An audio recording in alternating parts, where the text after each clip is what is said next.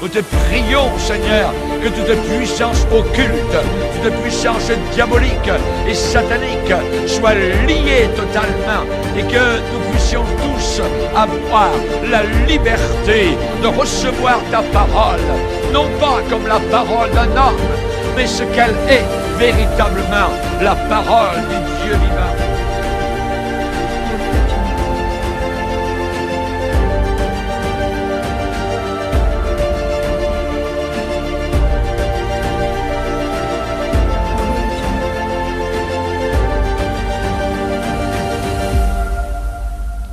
Seigneur, qu'il est bon d'avoir la paix avec toi, qu'il est bon d'être en paix avec toi, qu'il est bon d'être réconcilié avec toi. Ce n'est plus une histoire de nos efforts personnels pour gagner tes faveurs. Au contraire, c'est toi, Seigneur, qui nous aide. Chers amis, que la grâce et la paix vous accompagnent. Merci pour votre fidélité à notre émission et merci également pour vos commentaires assez positifs car ces commentaires, n'est-ce pas, sont pour nous une source d'encouragement, de puissant encouragement et cela, n'est-ce pas, nous pousse toujours à exceller davantage. Nous voulons, n'est-ce pas, être une véritable source de bénédiction pour chacun d'entre vous.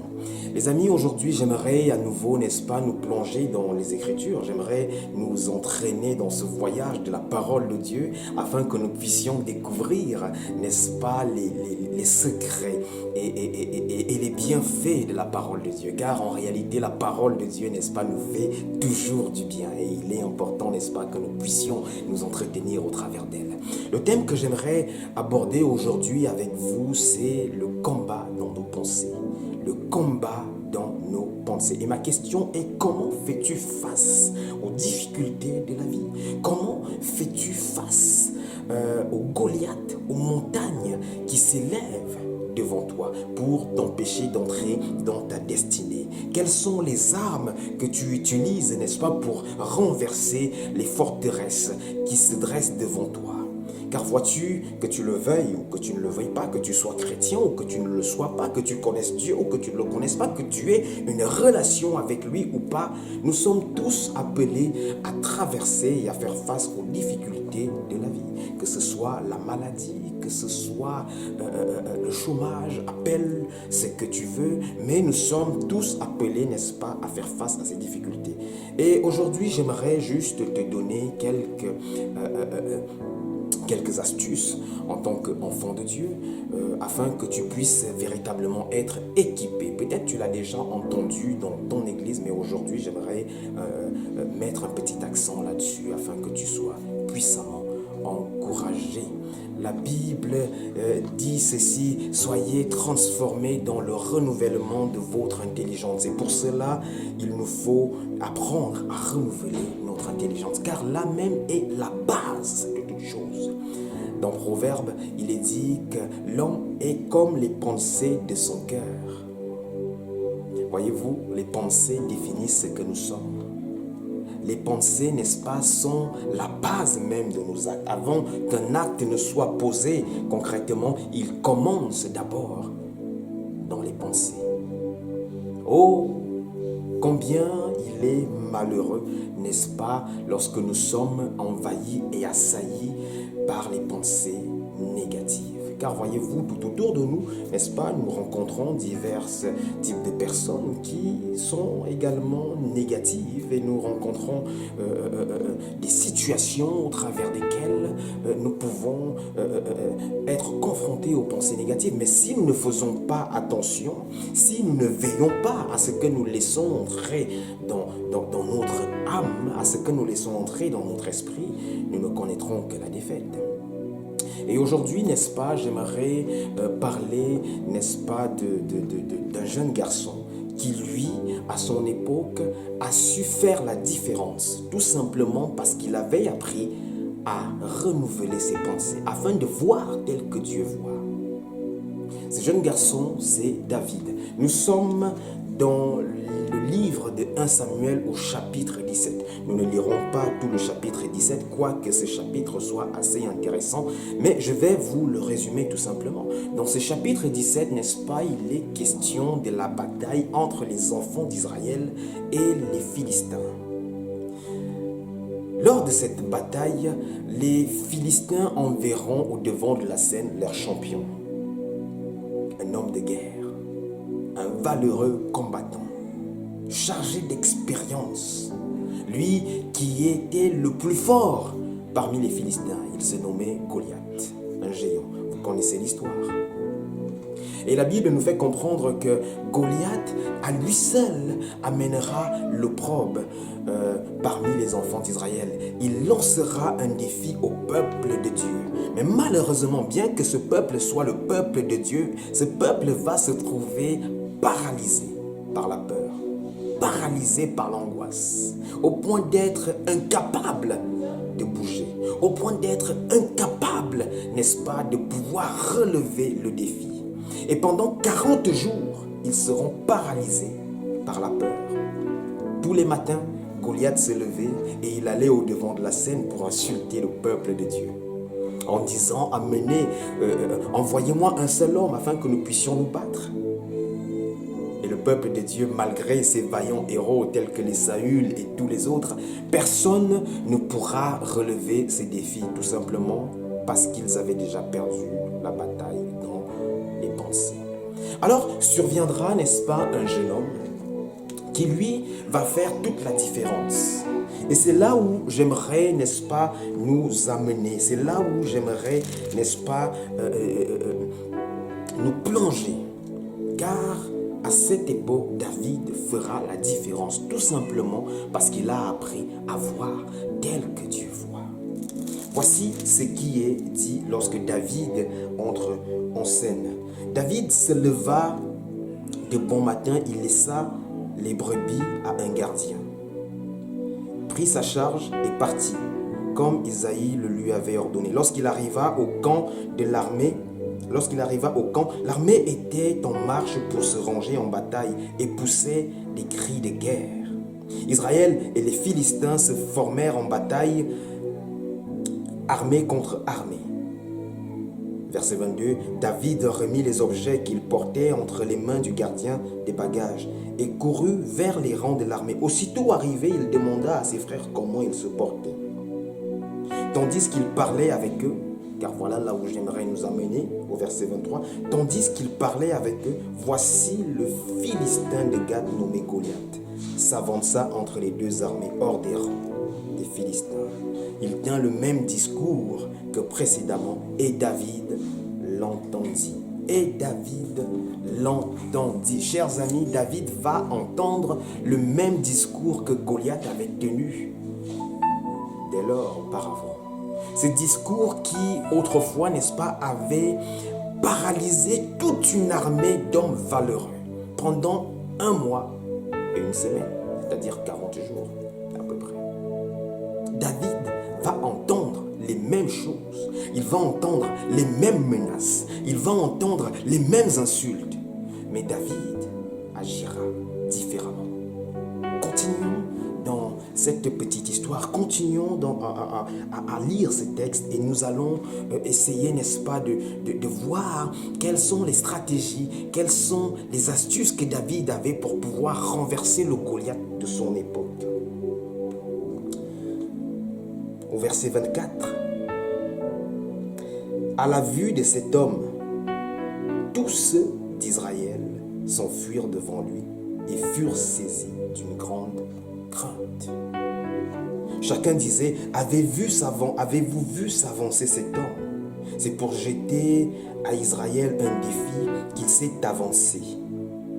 Si quelqu'un le tue, le roi le comblera de richesses. Il lui donnera sa fille et il affranchira la maison de son père en Israël. L'armée était paralysée ici, n'est-ce pas, par ce qu'ils avaient vu. Non seulement ils étaient déjà pris de crainte à cause des paroles d'intimidation que Goliath avait annoncées, l'armée fut maintenant paralysée. Mais David aura une toute autre attitude. Il a également entendu les mêmes paroles de menace. Il a également entendu les mêmes intimidations. Mais David va aborder ce combat d'une manière tout autre. Lorsqu'on lit la suite de ces textes, on peut se rendre compte que David il va entretenir 3 discussions importantes qui vont dégager son état d'esprit, qui vont nous montrer, n'est-ce pas, la différence qui était en lui. Au verset 26, David va premièrement s'entretenir avec les soldats. Et il leur dira ceci: que donnera-t-on à celui qui vaincra cet homme? Et les soldats vont lui dire tout ce que le roi avait dit, à savoir celui qui tuera Goliath épousera la fille du roi, il ne paiera plus d'impôts, etc., etc. Alors que l'armée était focalisée sur la montagne, alors que l'armée était focalisée sur la difficulté, la différence entre eux et David est celle-ci. La première différence est que David, lui, il va se focaliser non pas sur Goliath, mais sur la récompense. David va se focaliser sur la victoire. David se voit déjà victorieux, car il se focalise sur la récompense. Mon frère, ma soeur, toi qui fais face aujourd'hui à un Goliath, je ne sais pas, peut-être ton Goliath c'est ta maladie, peut-être ton Goliath c'est une situation difficile dans ta famille. J'aimerais t'encourager premièrement à voir au-delà de cette montagne, au-delà de ce Goliath, et que tu apprennes à voir déjà la victoire. Car nous avons la victoire en Jésus. Il y a une victoire en Jésus, car Jésus a déjà tout accompli. Il n'est pas question ici d'être optimiste, car je ne crois pas que David était optimiste ou il était positif, mais je crois par contre que David avait quelque chose de différent, il avait quelque chose de plus.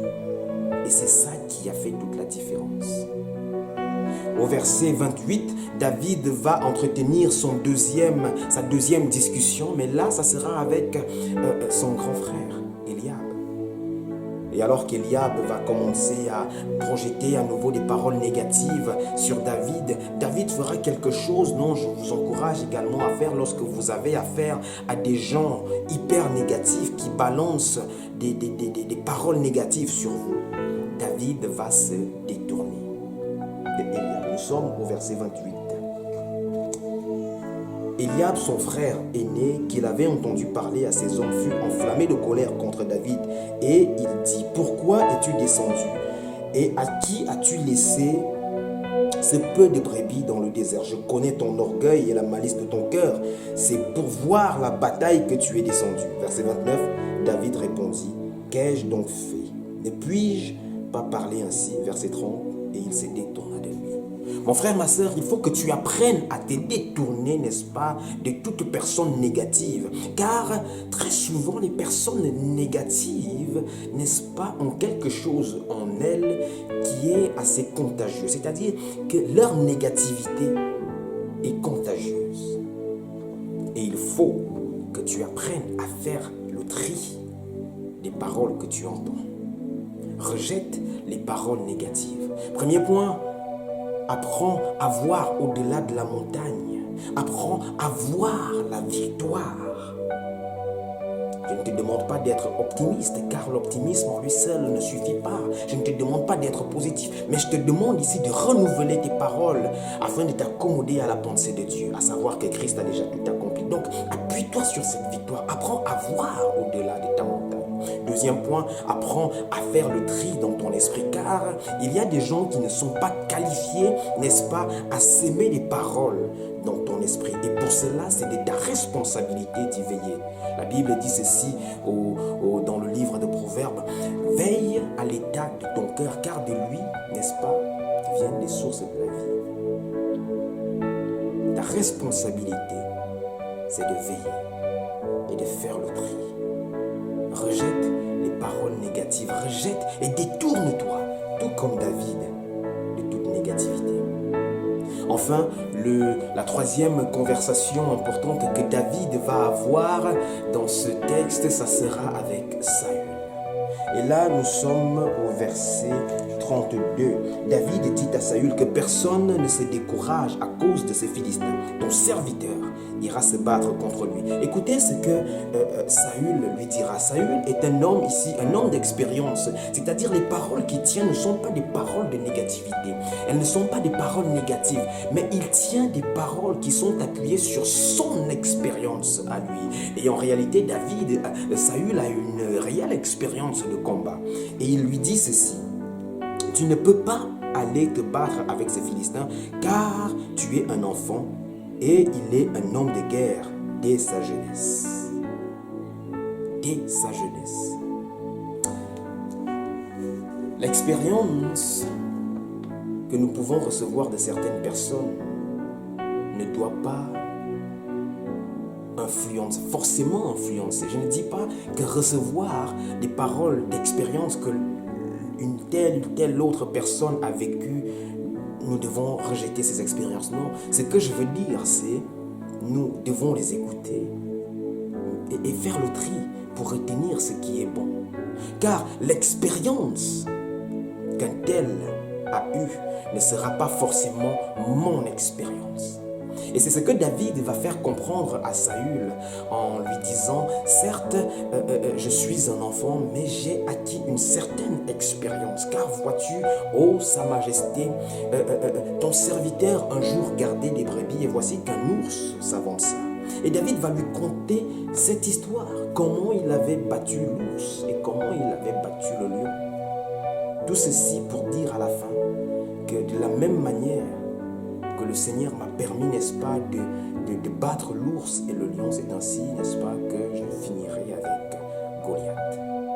Ton expérience n'est pas l'expérience de l'autre.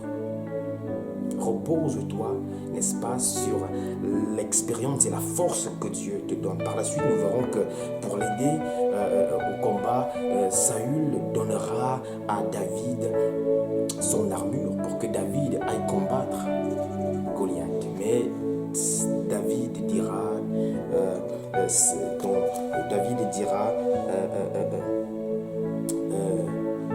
à Saül, je ne puis marcher avec cette armure.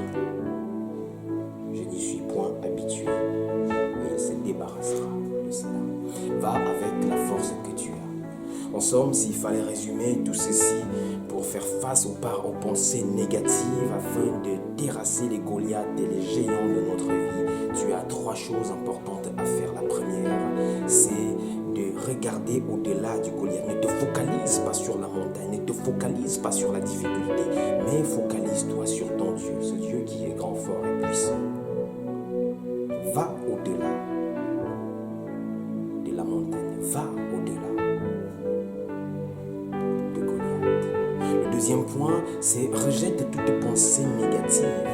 Retire-toi, détourne-toi de toutes tes pensées négatives. Fais un tri dans ton cœur afin, n'est-ce pas, de mettre dehors et loin de toi toutes tes pensées négatives, toutes tes pensées qui pourraient être des pensées de peur, d'inquiétude, qui pourraient te paralyser. Et enfin, le troisième point important, va avec cette force que tu as, va avec l'expérience que Dieu a mis en toi, car en réalité, il y a quelque chose en toi que Dieu a mis en toi. Alors mon frère, ma soeur, je ne sais pas par quoi tu passes, mais j'aimerais simplement t'encourager et te dire, va